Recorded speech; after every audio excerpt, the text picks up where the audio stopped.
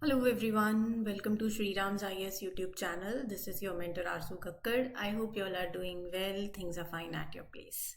With this, let's begin with today's lecture where we will be covering these articles. I'll give you a brief about what we will be doing today, right? So that you stay connected. Now, as far as this session is concerned, पहले तो हम बात करेंगे national urban cooperative finance and development corporation limited की. Prelims के point of view से important है, so I talk about it. INS Jatayu ये आपके डिफेंस सेक्शन से जाता है, प्रीलिम्स के पॉइंट ऑफ व्यू से है. आज आर्टिकल्स बेसिकली प्रीलिम्स ओरिएंटेड है. इंटरनेशनल एनर्जी एजेंसी के बारे में पढ़ेंगे, फिर वर्ल्ड वाइल्ड लाइफ डे के बारे में देखेंगे, ब्यूरो ऑफ एनर्जी एफिशिएंसी, ये मैंने आपको बताया था सैटरडे को कि हम इसके बारे में कवर करेंगे, लेकिन आई सेड कि नहीं हो पाया तो मंडे को तो डेफिनेटली लेंगे ही सही. तो इसके बारे में डिस्कस करेंगे और अमराबाद टाइगर रिजर्व के बारे में पढ़ेंगे, राइट. तो ये कुछ चीजें हैं. अच्छा, एक चीज मेक श्योर कि आप जो भी कर रहे हैं अपनी साथ साथ रिवीजन जरूर करते जाएं. जैसे फेब्रुअरी का महीना जा चुका है, तो फेब्रुअरी में हमने जो भी आर्टिकल्स करे हैं आपको उनको एक बार रिवीजन जरूर देनी चाहिए. एक 15 दिन की रिवीजन होती है, एक वीकली रिवीजन होती है, एक मंथली रिवीजन होती है. तो आगे दौड़ पीछे छोड़ वाली कहानी बिल्कुल मत करिएगा, साथ साथ अपनी रिवीजन बिल्कुल करते रहो. अब जैसे आपका ये संडे था, तो अपने संडे को मैं उम्मीद कर रही हूँ कि आपने वो रिवीजन कर ली होगी, हफ्ते की रिवीजन कर ली होगी, और जो भी आपके चीजें पेंडिंग हैं वो कर ली होंगी. तो कुछ नया मत लिया करो, जो ऑलरेडी कवर्ड है उसको रिवाइज किया करो, क्योंकि हम ये सोचते हैं कि रिवीजन तो होती रहेगी, वो होती रहेगी में फिर बात बिगड़ जाती है. ठीक है जी. तो आज के इस सेशन के अंदर let's begin with the article. तो सबसे पहले हम चलते हैं, हमारी यूनियन कॉर्पोरेशन मिनिस्टर ने लॉन्च करे है national urban cooperative finance and development corporation limited. एक अम्ब्रेला ऑर्गेनाइजेशन है. देखो, ऐसा होता है ना कि मैं आपको एक एग्जांपल से बताती हूँ. ऐसा होता है कि जब घर में जैसे हमारे बड़े बैठे हैं तो भाई बहन होते हैं, तो भाई बहनों को टेंशन नहीं होती कि हाँ बड़ा भाई बैठा है, राइट. बहनों को टेंशन नहीं होती. और या फिर जब हम अपने इस एज में है तो पापा हैं, मम्मी है, कोई भी काम हो, कोई पैसे की ज़रूरत हो, राइट, फाइनेंशियल असिस्टेंस चाहिए हो, तो वहाँ पर आप बिना झिझके, आपको टेंशन नहीं है कि हाँ वो होता है ना, सर पे एक माई बाप का हाथ है तो हमें किसी चीज़ की लोड लेने की ज़रूरत नहीं है. तो वो ही बस इस पॉइंट ऑफ व्यू से इस ऑर्गेनाइजेशन को समझो कि ये एक अम्ब्रेला ऑर्गेनाइजेशन है, राइट. इसके अंदर मैं बताऊं अगर आपको, तो बहुत से अर्बन कोऑपरेटिव बैंक्स हैं. अब अर्बन कोऑपरेटिव बैंक्स को बहुत ज्यादा, जैसे किसी को फाइनेंशियल असिस्टेंस चाहिए है तो वहां पर कौन आए, कोई एक बॉडी चाहिए आपको. तो that is the purpose of this particular organization. चलो अब मैं आपको समझाती हूँ ताकि आपको एक आइडिया लग गया है. अब जब आप लाइंस पढ़ोगे ना तो आपको क्लियर हो जाएगा. तो national urban cooperative finance and development corporation एक बड़ी ऑर्गेनाइजेशन है, एक अम्ब्रेला आप लगा सकते हो ऑर्गेनाइजेशन, राइट, जिसके अंदर बाकी सब आ गए. तो ये जितने भी अर्बन कोऑपरेटिव बैंक्स है ना, it will oversee them, it will support दो स्मॉलर अर्बन कोऑपरेटिव बैंक्स जो सिटीज में ऑपरेट कर रहे हैं, टाउन्स में ऑपरेट कर रहे हैं. तो इस ऑर्गेनाइजेशन का गोल है टू मेक श्योर कि ये जितने भी कोऑपरेटिव बैंक्स हैं, they all have that right tool, financial assistance, best of infrastructure, नई टेक्नोलॉजी जैसे होती है, so to support them to do, कि वो अपना काम सही से करें, right. They want to improve the communication between the banks and government regulators. उनकी कोई दिक्कत होती है, आपको जाते हो ना, आपका कोई बड़ा बैठा है, तो बस वो बात है इसकी. ये जो ऑर्गेनाइजेशन है ना इन अर्बन कोऑपरेटिव बैंक्स के अंदर, it will strengthen these banks, it will modernize these banks. इसका मतलब they will help them to use, अच्छा ये नई टेक्नोलॉजी आई है, इम्प्रूव करेंगे उनके सर्विसेज को, जो कि बैंक्स के लिए भी अच्छा होगा और लोगों के लिए भी अच्छा होगा फिर. तो RBI has given this NUCFDC permission to operate as a non-banking finance company. They can offer financial services जैसे loans हो गए, investment हो गए, but without being like that traditional bank. तो NUCFDC will act like a, इस particular sector के लिए ऐसे लगा लो कोई रूल मेकर है, कोई एक माई बाप है. that will make sure कि everyone follow that right guidelines and regulations. So इससे it will ensure कि urban cooperative banking sector smoothly काम करे और efficiently काम करे. So एक umbrella organization है अर्बन कोऑपरेटिव बैंक्स के लिए.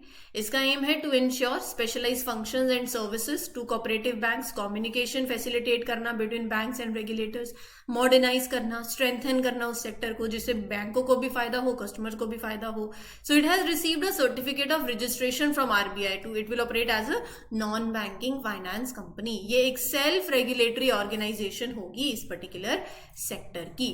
Now as far as urban cooperative banks are concern, तो यूसीबी के बारे में अगर आपसे कुछ पूछ लिया जाए, ये वो बैंक्स हैं that are set up as cooperative societies. मतलब मैं बहुत लेमन टर्म्स में बता रही हूँ आपको, मतलब they are owned and operated by the one who use their services. So see, urban cooperative banks are registered as cooperative societies under the provision of या तो State Cooperative Societies Act of the state or Multi-State Cooperative Societies Act of 2002. So they are regulated by government either at the state level or at the national level depending upon where they are operating. So these banks mainly work in cities, towns. They are serving the financial needs of people who live there. They offer services like savings, checking accounts, loans, money transfer, बाकी जो भी financial products हैं. तो UCB play a very important role in providing banking services to small businesses हो गए, individuals हो गए, communities हो गई in the urban and semi-urban areas across India. So there are more than 1500 UCBs in the country. Big level, small level पे भी who are serving different parts of the population. So they primarily operate in urban and semi-urban regions of India. Function मैंने आपको बता ही दिया है कि entities cater करती है to banking requirements of small businesses, individuals, communities, and services के अंदर it includes deposit accounts, loans, remittances, other financial products and services. At present, there are over 1500 scheduled and non-scheduled urban cooperative banks in India. ठीक है जी. अगले article पे चलते हैं. हमारी Indian Navy will commission navy detachment Minicoy as INS Jatayu in the presence of chief of naval staff on 6th of March 2024. I'm sorry. So Indian Navy is going to officially establish a new naval base, INS Jatayu, on Minicoy island in Lakshadweep. तो इस island के बारे में तो मैं आपको map में दिखाऊंगी क्योंकि अगर नहीं बात करी तो कहानी अधूरी रह जाएगी. तो ये सेकंड नेवल बेस होगा लक्षद्वीप के अंदर आफ्टर INS द्वीप रक्षक इन कावरती. So while commissioning of INS Jatayu, Indian Navy will strengthen its foothold in the Lakshadweep Island. तो यहाँ पर ये जो बेस है it will be commissioned on 6th of March यानी कि परसों with the chief of naval staff who will be present for the ceremony. ये सेकेंड नेवल बेस होगा लक्षद्वीप के अंदर और ये बेस जो है नया जो बेस बना है it is significant क्योंकि इंडियन नेवी की प्रेजेंस, उसकी कैपेबिलिटीज लक्षद्वीप आइलैंड के अंदर it will enhance. So by establishing INS Jatayu, Indian Navy का मकसद क्या है? अपनी एबिलिटी को इम्प्रूव करना, मॉनिटर करना, basically to improve its ability to monitor, to operate उस पर्टिकुलर रीजन के अंदर. अपनी रीच को और ज्यादा आप बढ़ाओगे. यू विल इंश्योर कि सस्टेन्ड ऑपरेशंस हो. ठीक है. तो the commissioning of this base it signals a commitment, आपकी जो कमिटमेंट है towards developing the infrastructure, resources on the island territories. तो आपकी ऑपरेशनल सर्विलियंस बढ़ेगी, रीच बढ़ेगी, सस्टेनेंस बढ़ेगी. So it will usher in the new era of capacity building. Comprehensive development की बात होती है ना जब इन आइलैंड टेरिटरीज के अंदर, so it will add to that. एक बहुत ही इंपॉर्टेंट माइलस्टोन है in the navy's resolve to incrementally augment security infrastructure at strategically important Lakshadweep island. So ये जो इवेंट है ऑब्वियसली एक it marks a very important step in Indian navy's effort, जहां पर आप अपनी सिक्योरिटी को और ज्यादा स्ट्रेंथन करोगे, अपने इंफ्रास्ट्रक्चर को स्ट्रैटेजिकली और ज्यादा आगे लेकर जा रहे हो. That is very important. और ऊपर से आपका लोकेशन जो है Lakshadweep island, right. So overall इसकी establishment it represents a move where India is bolstering towards enhancing its defence capabilities. अपनी मैरीटाइम रीजन के अंदर अपनी प्रेजेंस को और ज्यादा एनहांस करने में एक बहुत बड़ा स्टेप है ये. अब रही बात मिनिकोय आइलैंड की.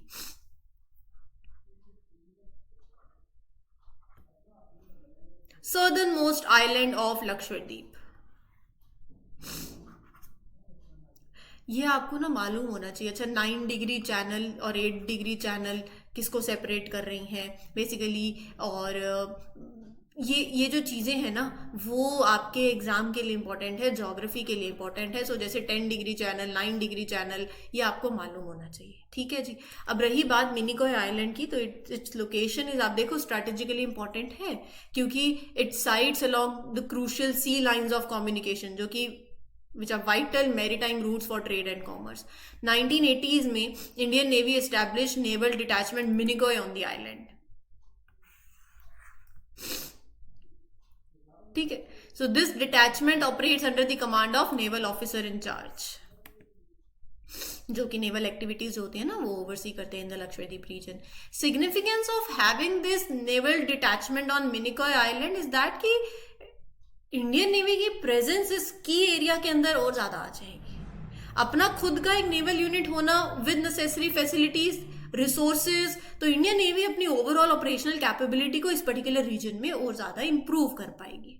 और यहां पर उसकी जब रीच बढ़ेगी तो it can conduct various activities that includes anti piracy, anti narcotic operations western Arabian sea के अंदर। Having a base on Minicoy island अपनी इंडियन नेवी की एबिलिटी बढ़ेगी टू रिस्पॉन्ड क्विकली अगर कोई भी इमरजेंसी, कोई भी थ्रेट उस पर्टिकुलर रीजन में आ जाता है, और कनेक्टिविटी विद द मेनलैंड वो भी और बढ़ जाएगी। ठीक है जी, आगे बढ़ते हैं। अगला जो आर्टिकल है आपके स्क्रीन पे है, देखिए। Recently, International Energy Agency said that, क्या कहा, strong GDP growth with a weak monsoon drove up India's energy-related carbon emissions by around 190 million tons in 2023, though the country's per capita emissions remain far below the global average. ठीक है, यहां पर हमारे लिए इस particular point of time के लिए, मतलब इस पर्टिकुलर आर्टिकल की जब मैं बात कर रही हूं तो मैं आपके साथ बात करूंगी इंटरनेशनल एनर्जी एजेंसी के बारे में। और ये आप प्रीवियस ईयर पेपर्स उठा के देखना, आपको पता चलेगा कि यूपीएससी किस तरीके से सवाल पूछ रही है, राइट। तो जब आप खुद से जानोगे ना, खुद से मालूम पड़ेगा, तो यू विल अंडरस्टैंड कि ये सारी चीजें इंपॉर्टेंट हैं। अब रही बात इस पर्टिकुलर आर्टिकल की, तो क्या इंटरनेशनल एनर्जी एजेंसी के बारे में क्या पता होना चाहिए आपको? आप खुद सोचो, किसी भी टॉपिक को जब आप पढ़ो, मेरे लिए क्या इंपॉर्टेंट है क्या नहीं है वो कैसे पता चलता है? मुझे इसके मेंबर ऑर्गेनाइजेशंस पता होनी चाहिए, इसका ऑब्जेक्टिव पता होना चाहिए। मैं आपको एक आइडिया दूं, आप ना जितनी भी ऑर्गेनाइजेशंस है ना उनका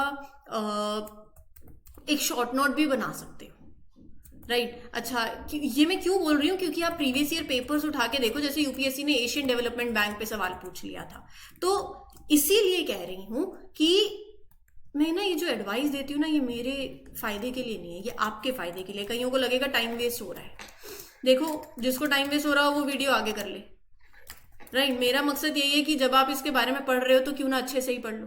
अब जैसे अभी ये क्यों न्यूज में है, इंटरनेशनल एनर्जी एजेंसी रिपोर्टेड कि इंडिया की जो एनर्जी रिलेटेड कार्बन एमिशंस हैं they are increased by approximately 190 million turns.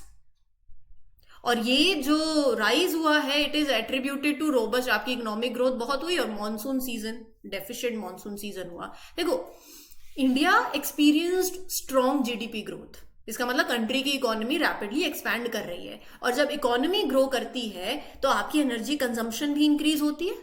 Energy consumption increase होगी तो कार्बन एमिशन ज्यादा होंगे। और मॉनसून सीजन इंडिया के अंदर जो रेनफॉल लेकर आता है, जो कि बहुत क्रूशियल है एग्रीकल्चर सेक्टर के लिए, हाइड्रो इलेक्ट्रिक पावर जनरेशन के लिए, दैट वाज वीक, राइट। तो इसकी वजह से आपका जो रिलायंस है ऑन अदर रिसोर्स सोर्सेज हो गया, फॉसिल फ्यूल्स पे हो गया, to meet energy demands.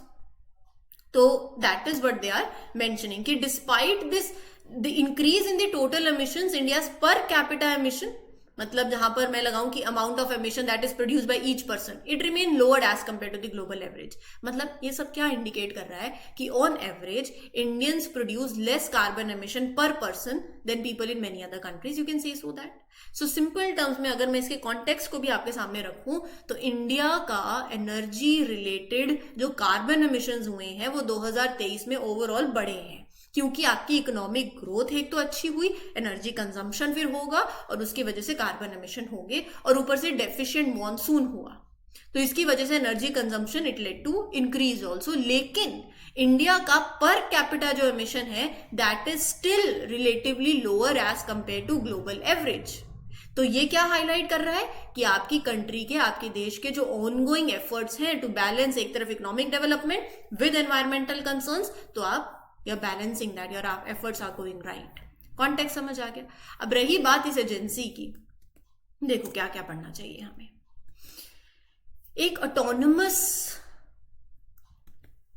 Inter governmental organization है within the organization for economic cooperation and development, OECD framework. ठीक है, तो it's like a group of countries that work together to deal with energy related issues. ये operate करती है with in OECD, जो कि एक ऐसी ऑर्गेनाइजेशन है that cooperates on economic matters, social matters. IEA का मेन काम क्या है? कंट्रीज को हेल्प करना, इंडस्ट्रीज को हेल्प करना to create a plan for a future जहां पर आपके एनर्जी इज सिक्योर और वो सस्टेनेबल हो फॉर एवरीवन। और ये बहुत इंपॉर्टेंट है because energy is very crucial for things like आपका ट्रांसपोर्टेशन, पूरा heating, electricity, it affects your economy, environment, so that is why it's crucial also. IEA जो है it was founded in 1974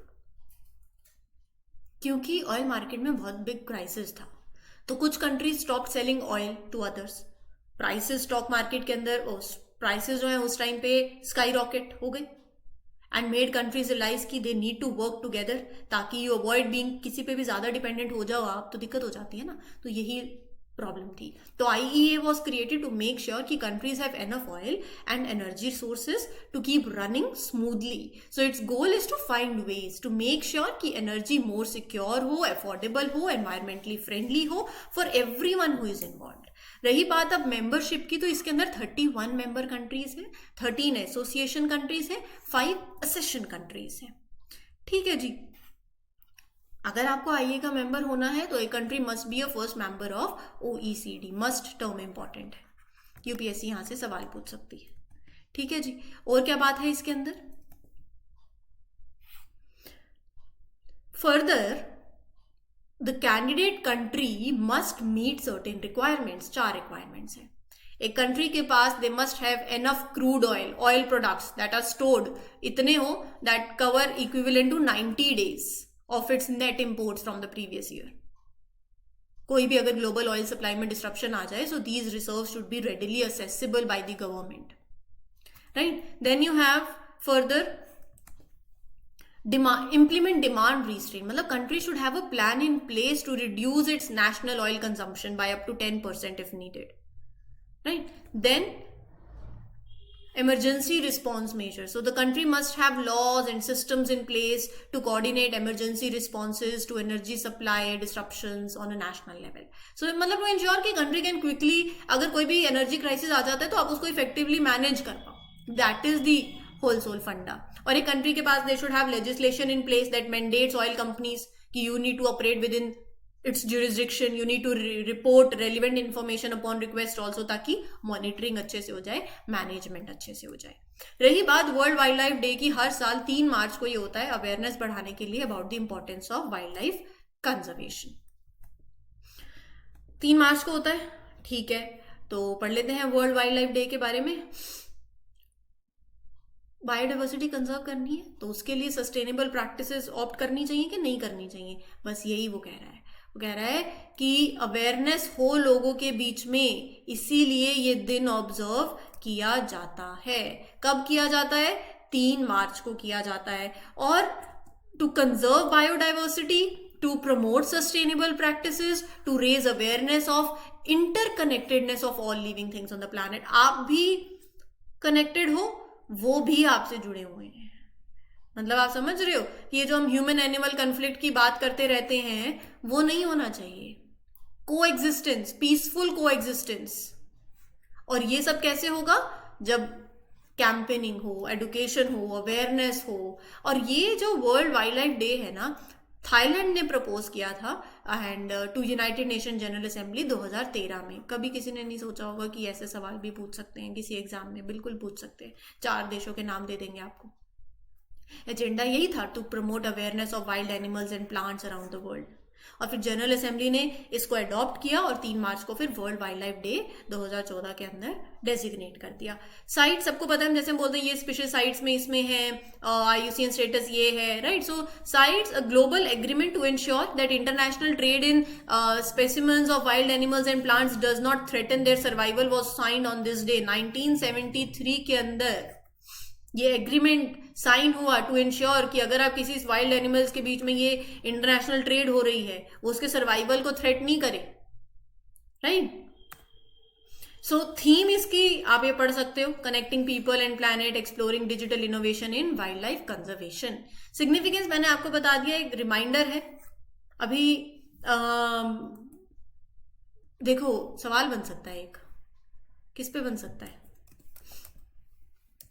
Anant Ambani की wedding पे नहीं बनेगा, Vantara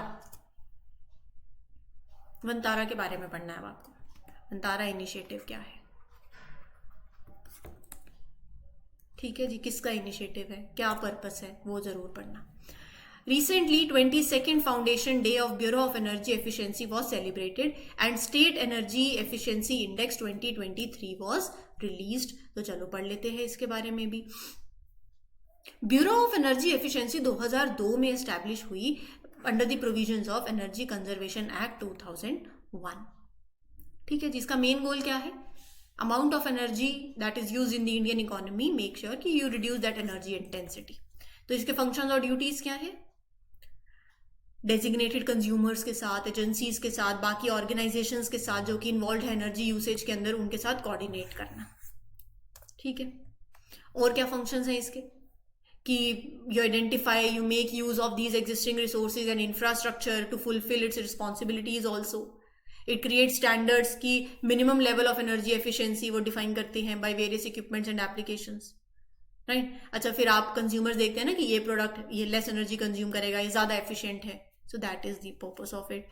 It sets standards for energy performance of commercial buildings also, कि buildings use energy in a efficient manner, energy consumption, cost वो कम हो जाए। So BEE established norms for the amount of energy that designated consumers, जैसे industries हो गई, businesses हो गई, they are allowed to consume, right? Nodal ministry की बात करूँ, so it operates under Ministry of Power। बाकी ये लाइनें मैंने आपको समझा दी हैं सारी, आप पढ़ सकते हो। रही बात स्टेट एनर्जी एफिशिएंसी इंडेक्स 2023 की, तो it is a index, a tool that is created by Bureau of Energy Efficiency only in association with Alliance for an Energy Efficient Economy। क्या पर्पस है इसका?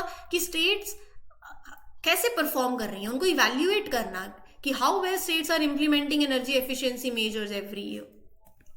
ठीक है जी, तो ये इंडेक्स इवैल्यूएट करता है performance of 36 states and UTs using 65 indicators, और वो इंडिकेटर्स होते हैं across 7 sectors: industry, buildings, municipal services, transport, agriculture, electricity distribution companies and cross sector initiatives. तो यहाँ पर ना स्टेट्स की कैटेगराइजेशन करी हुई है। So states and UTs are categorize as front runner हो गए, अचीवर हो गए, कंटेंडर एंड एस्पिरेंट। 4 ग्रुप्स में डिवाइडेड है, right, on the total final energy consumption. तो अगर मैं जैसे फ्रंट रनर के अंदर अगर आपका स्कोर 60 या 60 से ज्यादा है, अचीवर में अगर आपका स्कोर 50 to 59 के बीच में है, कंटेंडर में अगर आपका स्कोर 30 से 49.75 के बीच में है, एस्पिरेंट में अगर आपका स्कोर लेस देन 30 है, तो राइट। एंड सिमिलरली यहाँ पर अगर आप देखो एनर्जी कंजम्पशन के बेसिस पे भी states and UTs are further divided, group 1, group 2, group 3, group 4 based on इतने million tonnes of oil equivalent, right. तो in each consumption group top performing states are recognise, जैसे Karnataka is top performing state in group 1, Andhra Pradesh group 2 में है, Assam group 3 में है और Chandigarh group 4 के अंदर है। ठीक है जी, कोई डाउट हो तो you can ask me in the comment section. इस सेशन के लिए इतना ही लेते हैं। अगले सेशन में मैं आपको अमराबाद टाइगर रिजर्व और साथ ही साथ वो जो हाइड्रोजन फ्यूल सेल वाली बात है ना, उसको बहुत डिटेल में लेंगे। That will be taking time, क्योंकि मैं उसके बारे में सिर्फ आपको हाइड्रोजन फ्यूल सेल वेरी अच्छा इंडिजीनियसली बिल्ड कर दी, हमारे प्राइम मिनिस्टर जी ने फ्लैग ऑफ कर दिया, बात खत्म हो गई। नहीं, हम उसके बारे में हर एक चीज़ जानेंगे। हम हरित नौका इनिशिएटिव के बारे में पढ़ेंगे, हम हाइड्रोजन फ्यूल सेल के बारे में पढ़ेंगे, सिग्निफिकेंस के बारे में पढ़ेंगे। ये सारी डिस्कशन होगी इन डिटेल। ठीक है जी, इस सेशन के लिए इतना ही। This is your mentor Arzu Kakkar signing off. Happy learning everyone. All the best. Take care. Thank you.